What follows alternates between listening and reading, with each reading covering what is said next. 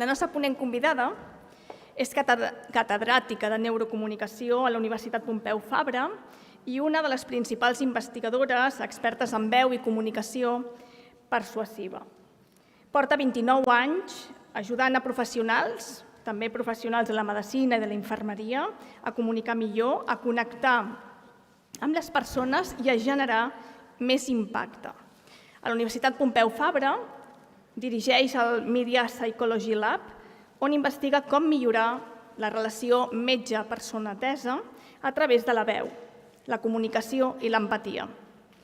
La seva xerrada TED Talk, Persuadeix amb la teva veu, que és així com s'anomena, ha superat els 5 milions de visualitzacions. Gairebé res, Avui comparteix amb nosaltres una síntesi del seu coneixement per recordar-nos que en aquesta professió, la nostra, l'escolta i la paraula, ben utilitzades, són eines per la cura. Així que, quan vulguis, Emma Rodero.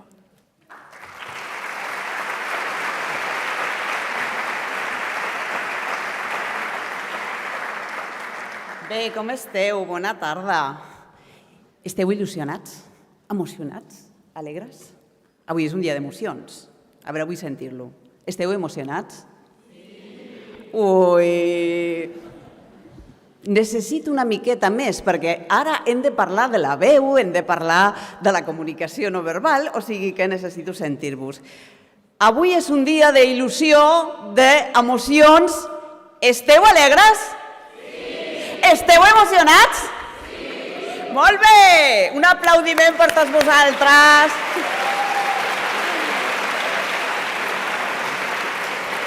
Bueno, hoy voy a comenzar con una pregunta, que seguro que os suena, ¿no? ¿Por qué decidí ser enfermero o enfermera? Cuando tenía 8 años de edad y viajaba en el coche de mis padres, veía a través de la ventanilla cómo edificaban el Hospital Meixoeiro y me decía a mí misma, cuando sea grande voy a trabajar ahí. Y actualmente es mi lugar de trabajo. Desde siempre para mí ha sido muy natural ponerme en la piel de los demás.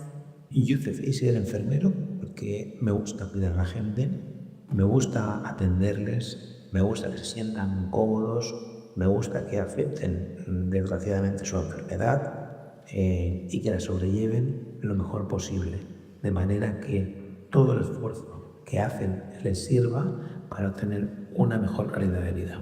Decidí ser enfermera porque es algo que siempre sentí desde muy pequeña.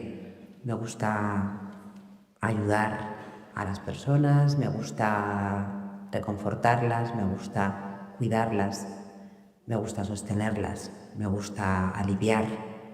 Y creo que es una profesión a día de hoy, después de 30 años, que me da muchísimas satisfacciones y sigo pensando que es una profesión muy bonita y muy reconfortante.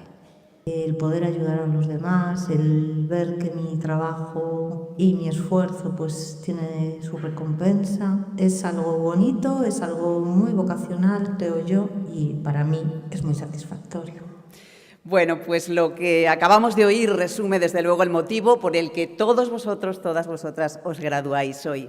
Habéis elegido una profesión que es muy exigente, pero sobre todo gratificante, como nos comentaban estos enfermeros y enfermeras del Hospital de Vigo. Fijaros qué lejos están, gracias a los testimonios que ha recogido Isabel Martín Bravo, que es enfermera. Y esta gratificación, veréis, no nace solo de dominar una técnica, empieza antes, cuando regalamos un segundo de silencio para escuchar, cuando sostenemos la mirada de quien teme, cuando, por supuesto, Francesca, le regalamos una sonrisa, cuando transmitimos energía o bien sosiego mediante una voz que habla serena. Porque si la enfermería reconforta, es precisamente gracias a la manera en que hablamos. Bueno, a veces también gracias a la manera en que callamos, La competencia clínica os ha traído hasta aquí. La comunicación no verbal os va a llevar mucho más lejos. Hoy recorreremos 5 medicinas invisibles para vuestra mochila blanca. La sonrisa que empatiza, el tacto que reconforta, la mirada que comprende, la postura que inspira confianza y la voz que persuade y alivia. Revisaremos la evidencia, escucharemos a colegas que ya visten la bata blanca y veremos cómo cada gesto y sonido alivia mucho más de lo que aparenta. ¿Y por dónde voy a empezar, Francesca? Por ahí, por la sonrisa. Voy a comenzar por la primera medicina y no es casualidad que comience por ella. La sonrisa es muchísimo más que un gesto amable. Una revisión clínica sobre enfermería concluye que la sonrisa genuina del sanitario aumenta la confianza del paciente y acelera la percepción de mejoría. En el laboratorio que dirijo, en el Media Psychology Lab, en la Universidad Pompeu Fabra, comprobamos su poder terapéutico en un estudio con participantes que vieron clips de presentadores con rostro neutro. Hola, ¿has pensado alguna vez en hacerte un tatuaje? O bien, sonriendo. Hola, ¿has pensado alguna vez en hacerte un tatuaje? Y desde luego, cuando el presentador o la presentadora sonrieron, los espectadores mostraron una mayor activación fisiológica del sistema nervioso, un mayor ritmo cardíaco y, sobre todo, más atención sostenida hacia el mensaje. Y esa activación iba acompañada, como todo el mundo sabe, de mímica facial espontánea, es decir, que los participantes imitaron la sonrisa porque se produce un contagio emocional. Por tanto, al final eso consiguió elevar el estado de ánimo y también reducir expresiones negativas como el disgusto o el miedo. También estudios observacionales en unidades críticas describen que pacientes que son atendidos por profesionales que sonríen los califican como más competentes y accesibles. Y esto se traduce en una mayor disposición a hacer preguntas y, por supuesto, a reducir el nivel de ansiedad. En síntesis, nuestra evidencia y la de la literatura coinciden. Una sonrisa auténtica abre la puerta de la empatía y potencia la eficacia clínica antes incluso de que digáis una sola palabra. La sonrisa, porque si a ti te ven nerviosa, no te ven tranquila, no están tranquilos. Esta enfermera no sabe lo que hace, está relajada, tranquila. Así es. Así que, como también nos ha dicho Francesca, antes de entrar en la habitación, respira, inhala, relaja el rostro y regala una sonrisa auténtica. Vamos con la segunda de las medicinas. La segunda de las medicinas es el tacto, uno de los gestos más olvidados, sobre todo después de la pandemia. Pero al mismo tiempo, no lo olvidemos nunca, una herramienta muy poderosa. Pero claro, ¿qué pasa? Que nos da respeto tocar. Tememos que resulte inadecuado o incómodo. Y es cierto, porque no todo el mundo lo acepta del mismo modo. Sin embargo, el contacto físico, eso sí, comunica cuidado de forma instantánea y además reconforta. La presidenta de la Asociación de Comunicación No Verbal de España ha realizado precisamente una tesis doctoral sobre el tacto, sobre la importancia del tacto, y así nos cuenta Sonia El Jaquín su relevancia. El tacto afectivo al paciente no solo calma su dolor, sino que transmite conexión, empatía, humanidad. Recibir apenas un leve toque en el brazo por parte del enfermero o enfermera hace que el paciente deje de sentirse un simple número y se sienta una persona. Ningún otro canal no verbal transmite mayor afecto que el tacto. La investigación en comunicación no verbal es muy clara. Atended a esto. Una mano en el hombro o un apretón suave reduce el estrés y refuerza el vínculo emocional. En un estudio con pacientes oncológicos aparecieron esos contactos físicos solo en 5 de los 48, pero en esos 5 contactos observados fue cuando los pacientes reportaron haber experimentado una mayor conexión emocional. ¿Qué podemos hacer en este sentido? Bueno, pues podemos hacer 3 cosas importantes. Una, oferta y no invasión. Preguntar con la mirada, preguntar con la voz. Oiga, ¿le ayudo si le toma la mano? ¿Le ayuda si le toco? Eso respeta la autonomía, pero también abre la puerta al alivio si finalmente podemos tocarle. Hacer gestos breves y visibles. Como digo, una mano en el hombro, un pequeño apretón, con eso basta. Cultura y consentimiento. En entornos culturalmente diversos, esto es muy importante, un 23% de pacientes prefiere distancia. Así que eso hay que detectarlo para evitar después problemas. En suma, preguntar, tocar breve y respetar la diversidad. Un gesto sutil, dado en el momento oportuno, junto con, por supuesto, esa magnífica sonrisa, puede ser más terapéutico que cualquier palabra técnica.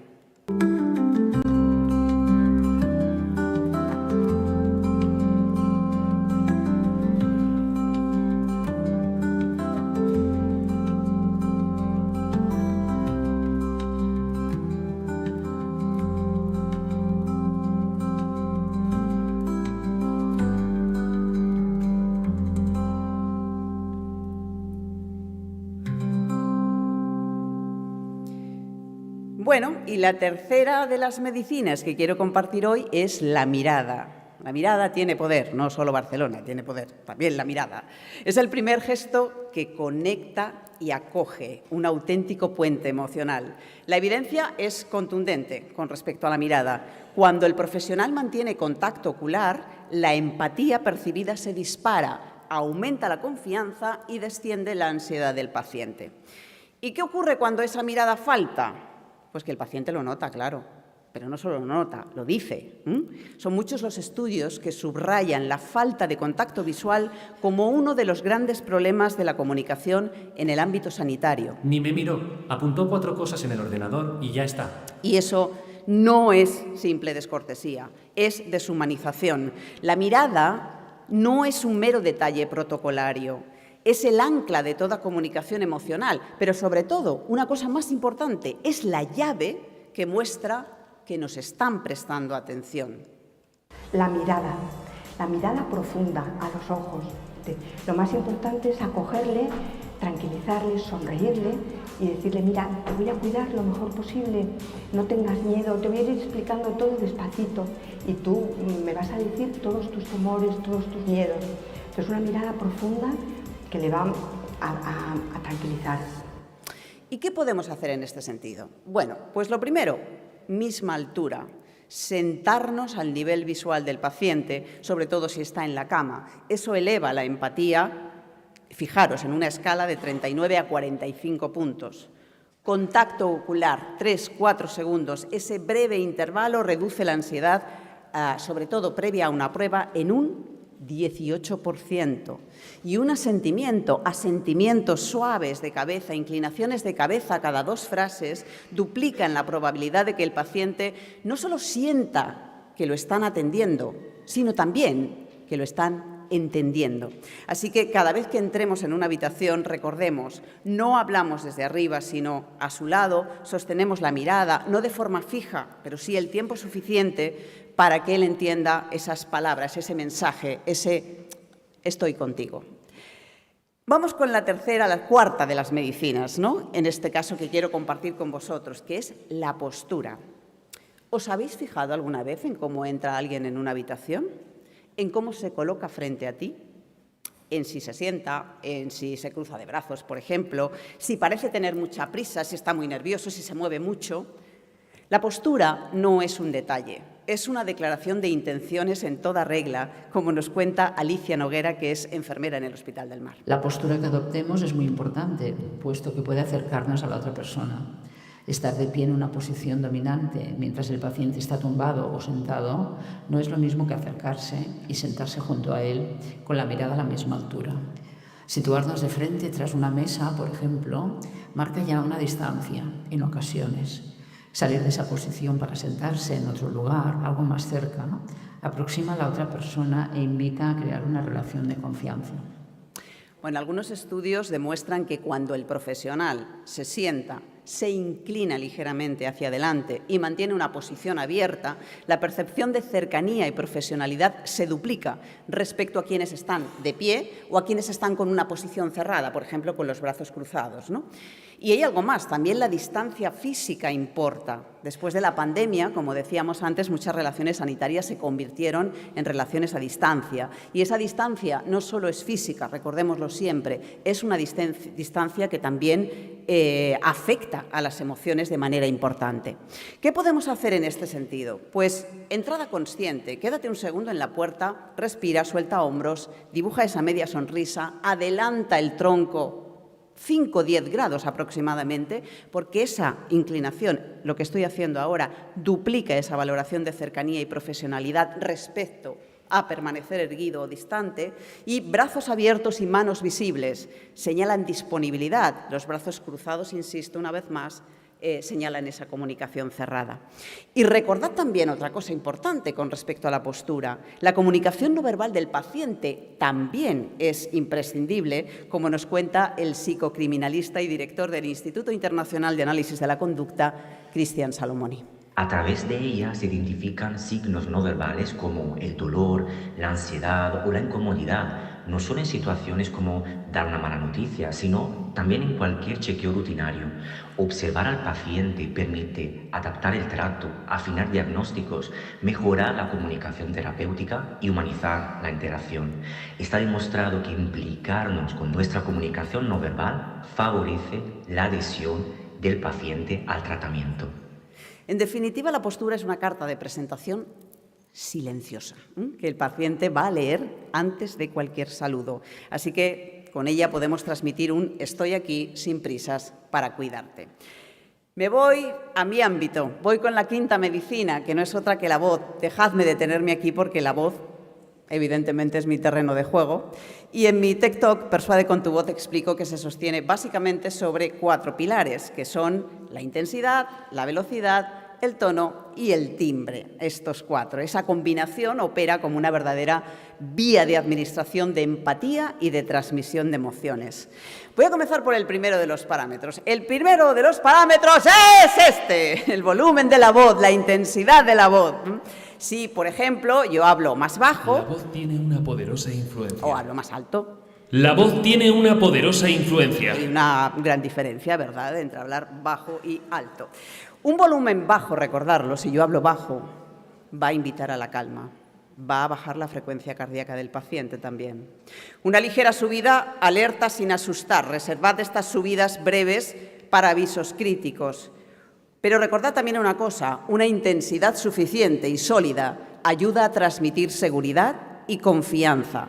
Y también la debemos usar, esa intensidad elevada, con pacientes, ya sabéis, que tienen problemas para oír. Pero siempre sin tensión, sin gritar, que no se note la tensión en la voz, ¿vale? Puedo subir la intensidad de la voz sin necesidad de que haya esa tensión, eso es importante. Me voy con el segundo parámetro de la voz, que es la velocidad de habla, que es en realidad nuestro verdadero regulador cognitivo.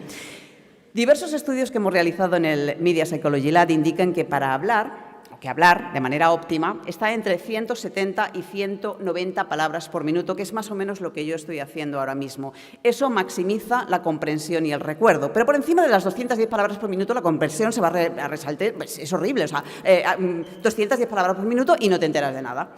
Ahí 30% menos, así que cuidado con la velocidad a que hablamos, ¿no?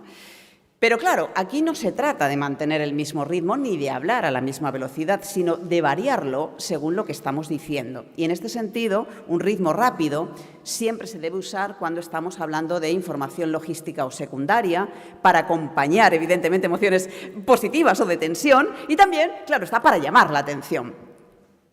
En cambio, una velocidad lenta está reservada para los datos importantes, cuando yo quiero que el paciente se entere de algo importante. También para experiencias más tranquilas, si quiero sosiego, etcétera, ¿no? Y mensajes de tranquilidad en este sentido. Pero además, muy importante, y también se ha mencionado esta tarde, el ritmo debe ir acompañado de pausas en mi habla y también de silencios que escuchan en este caso.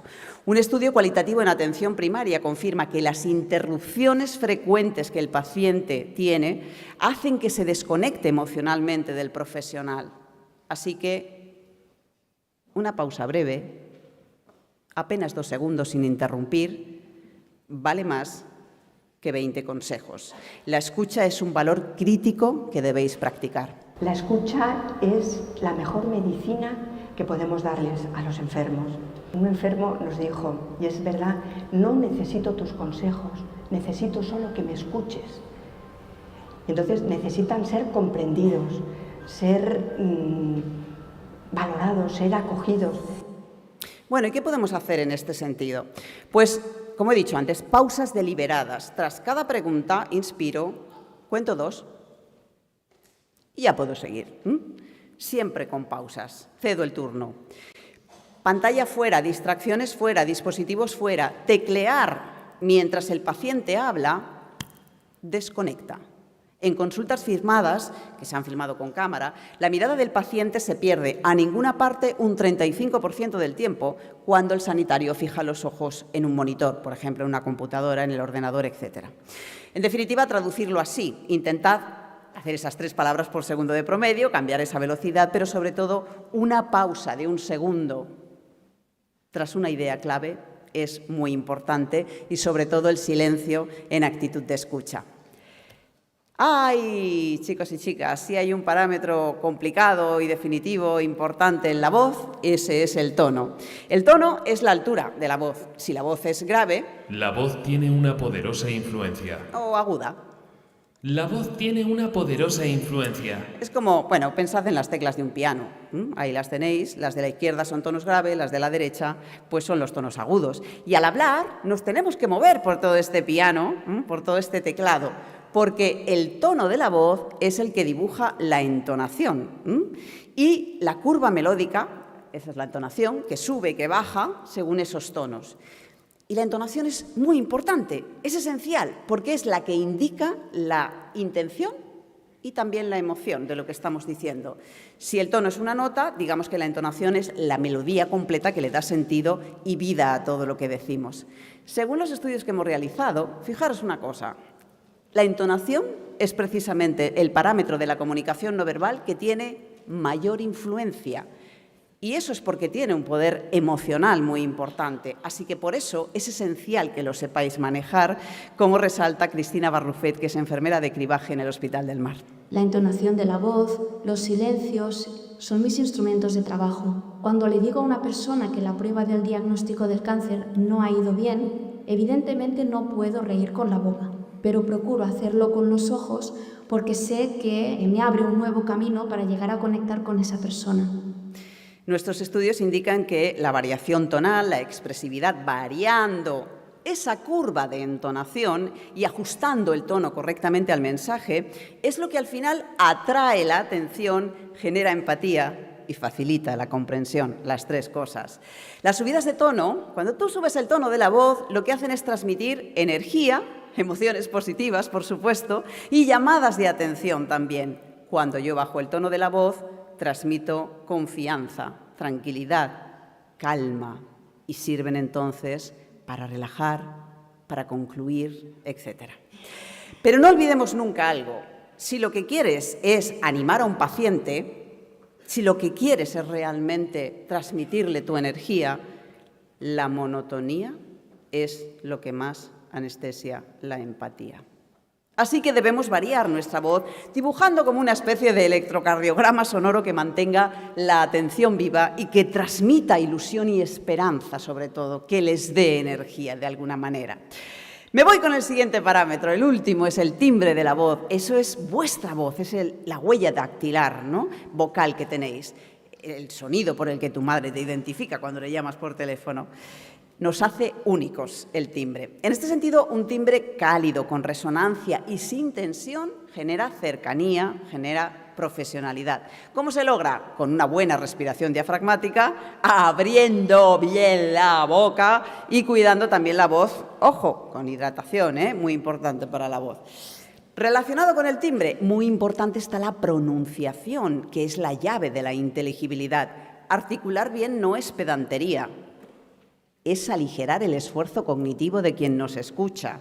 Debemos hacernos entender sin que los pacientes tengan que hacer un esfuerzo. Y para eso, ya sabéis, tenéis que abrir bien la boca. Hay que abrir bien la boca cuando hablamos, no para hablar por el cuello de la camisa, porque yo hablo por el cuello de la camisa, pues entonces así vamos mal, ¿no? Y articular bien cada sonido sin resbalones para imitar cualquier tipo de malentendido. ¿Se sabe algo de mi marido? Tranquila, no se preocupe. Enseguida viene el doctor y se lo explica todo, ¿de acuerdo? Miren, aquí viene. Por fin. Soy el doctora Areliza. ¿Es usted la mujer de Juan José Aguirre? Sí, soy yo. ¿Está bien mi marido? Tengo que decirle que su marido está ¿Muerto? ¡Ay, Dios mío! Muy recuperado. Siento comunicarle que tiene ¡Cáncer!